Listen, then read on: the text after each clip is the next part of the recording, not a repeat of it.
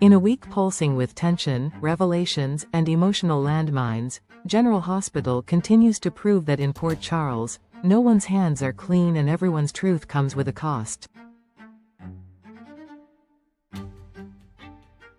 As secrets unravel and motives are questioned, the upcoming episodes airing from May 5 to 9, 2025, promise a searing blend of personal betrayals, simmering parental anxiety, and the ever-shifting loyalties that threaten to tear long-standing relationships apart. At the heart of the chaos is Drew Cain, who finds himself at the center of a convoluted web of suspicion, conspiracy, and emotional reckoning.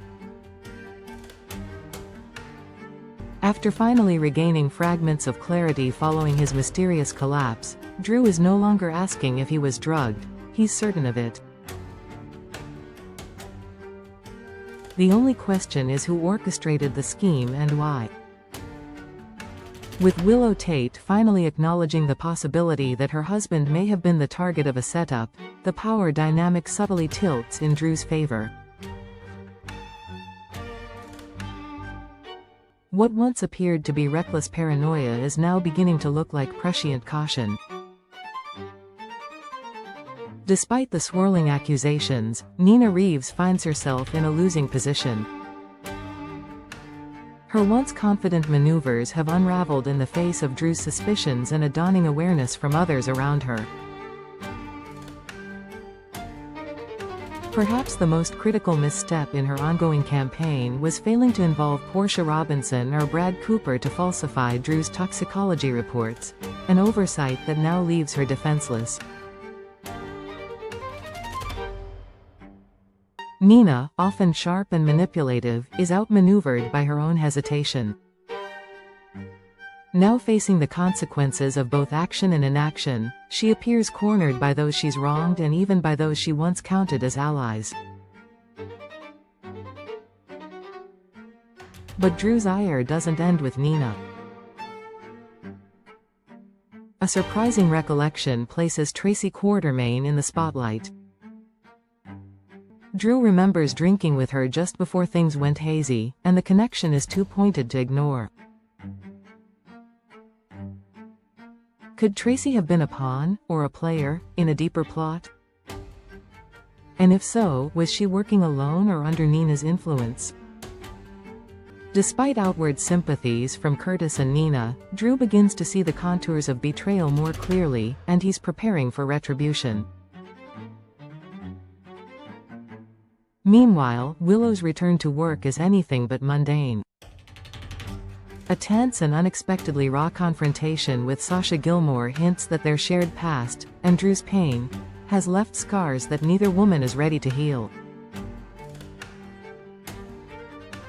The emotional undercurrents deepen when Portia, now increasingly skeptical of Drew's behavior and the truth surrounding his drugging, digs for information. Her instincts tell her there's more to the story, and as a doctor and mother, she's not letting it go. Elsewhere in Port Charles, a seemingly carefree beach bonfire devolves into a parental nightmare. Cody Bell's unexpected discovery of Rocco Falconeri unconscious on the sand sends shockwaves through the community. Dante and Lulu, already fragile in their tentative reunion, are horrified to find their son entangled in dangerous behavior. Their fury is mirrored in Jason Morgan, who delivers a blistering wake-up call to his own son, Danny. The generational divide between parents and their increasingly rebellious children exposes emotional wounds on all sides, suggesting that the beach was merely the match for a fire long smoldering beneath the surface.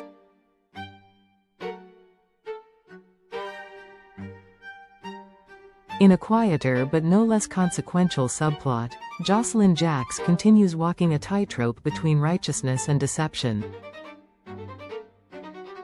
In her efforts to help Emma Scorpio Drake, she manages to replace a damaged hard drive, but her sense of guilt lingers.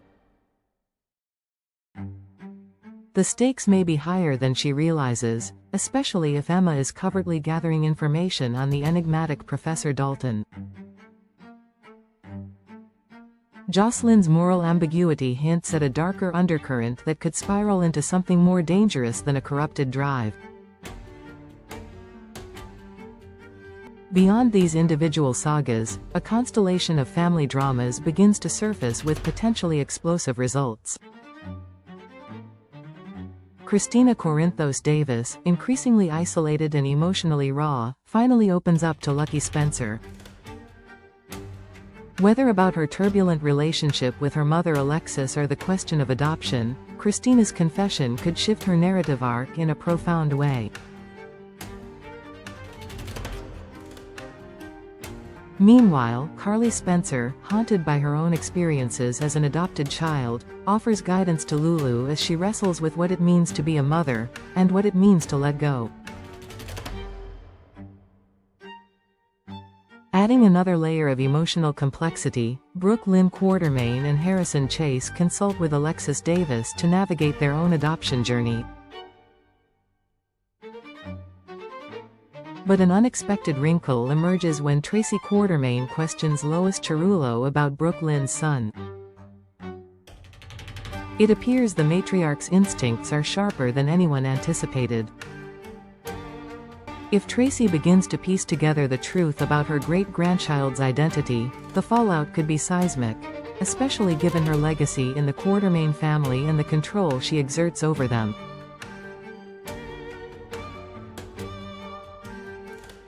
As Port Charles spins toward another collision of truth and consequence, the characters find themselves cornered by their own choices. Drew's quest for justice now teeters between righteous clarity and dangerous obsession. Nina's silence and miscalculations isolate her in a town that no longer affords her second chances. And the younger generation, Jocelyn, Rocco, Danny, and even Emma, begin writing their own twisted narratives beneath the heavy shadow of their parents' sins. What emerges from this week is not just a collection of betrayals and heartbreaks, but a chilling reminder that in Port Charles, every truth has a consequence, and some are more explosive than others.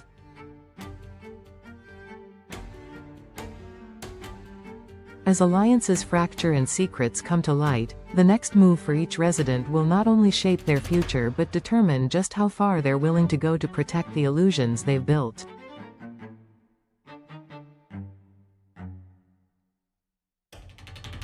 Would you like a continuation for next week's developments?